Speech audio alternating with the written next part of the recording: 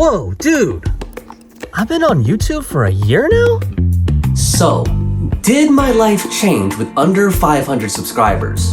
Well, before we get into that, let's dive into some data.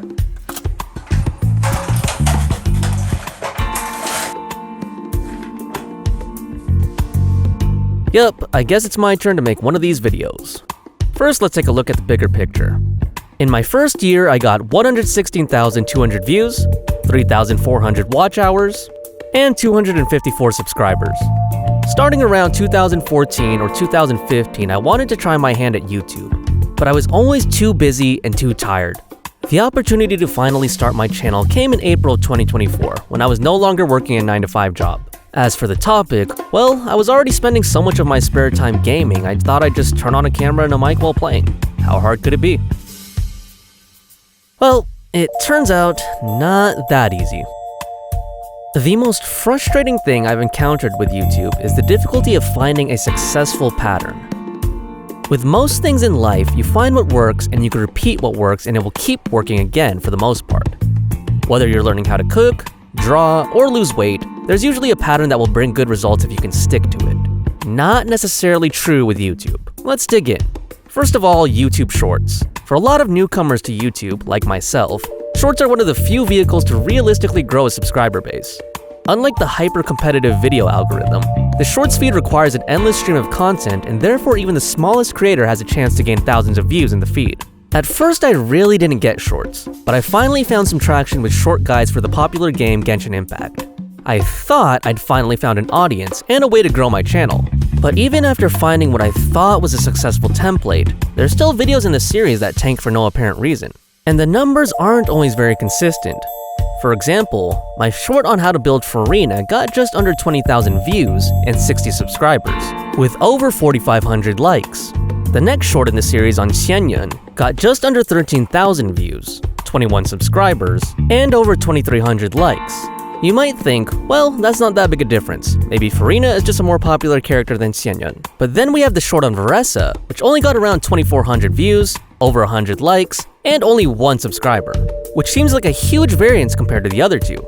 Now, Veressa was a new character at the time that I released the video, so maybe the bigger creators just got most of the traffic for this new topic.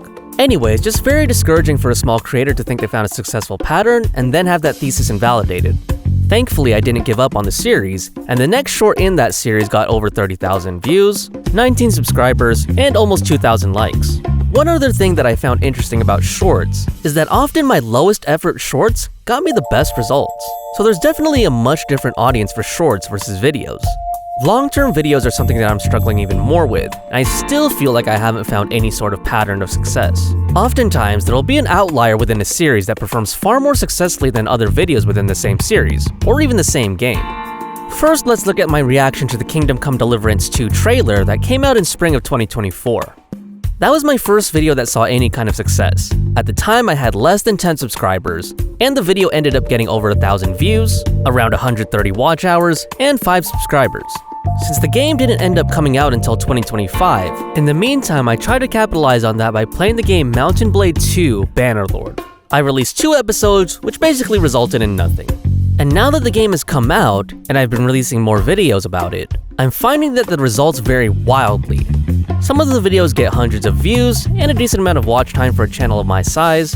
One of them has over 3,000 views, with just under 40 watch hours, but some stagnated under 100 views and don't even have enough watch time to constitute one full playthrough. For another example, we could look at my playthrough of the Archon quest for Natlan in Genshin Impact. The Archon quest is split into 5 acts, and the first act knocked it out of the park. At the time, my channel had only around 40 subscribers, and the video got just under 1,000 views, but more importantly, a little over 1,000 watch hours. I thought that I was finally onto something. But the views and watch time got progressively lower with each act of the Archon chapter. After doing some research, I found that this is a common thing with a Let's Play series. Oftentimes, the first episode in a series does very well, and then progressively peters off with each episode. Knowing what I know now, I also think that the success of the Act 1 video was a fluke, because a large proportion of the watch time on this video came about as a result of my video being suggested on the video of a much larger creator. There are also some videos where there's no correlation between views and watch time.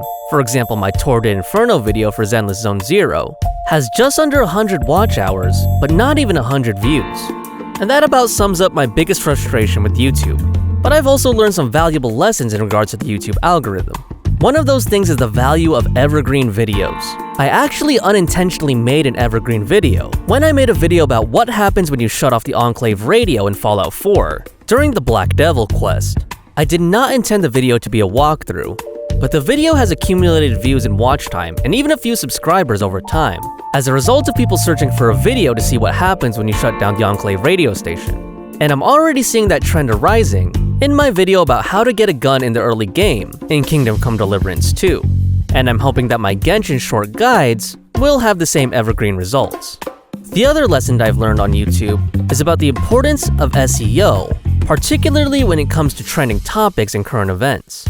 I accidentally made a video about a trending topic, quote unquote, when I released the 14th episode of my Persona 3 Reload playthrough. The title of the video is, "Embrace Your Desire, It's Going Down at the Love Hotel." And I don't know if YouTube uses AI that scans the thumbnail, but the thumbnail is dominated by hues of pink. I released this video the same week as Valentine's Day, just 3 days before February 14th, and the video has by far outperformed any other videos in the Persona 3 Reload Let's Play. And I'm pretty sure that's because of the coincidental release in time for Valentine's Day, with the words love and desire in the title. Anyway, back to the question at the start of the video. Did YouTube change my life as a creator with under 500 subscribers? And here's my honest answer. Maybe not in the biggest way, but yes, it definitely did change things for me. I met a lot of really cool people that I never would have crossed paths with otherwise, fellow creators and fans. I even learned a ton of new skills in video editing, audio mastering, voiceover, and camera presence, and even a little bit of SEO and data analysis. It's also nice to have a place where I can voice my opinions freely. And lastly, I also learned that sometimes you just have to press record. If you like gaming content, please check out my other videos and subscribe for more. Thanks for watching.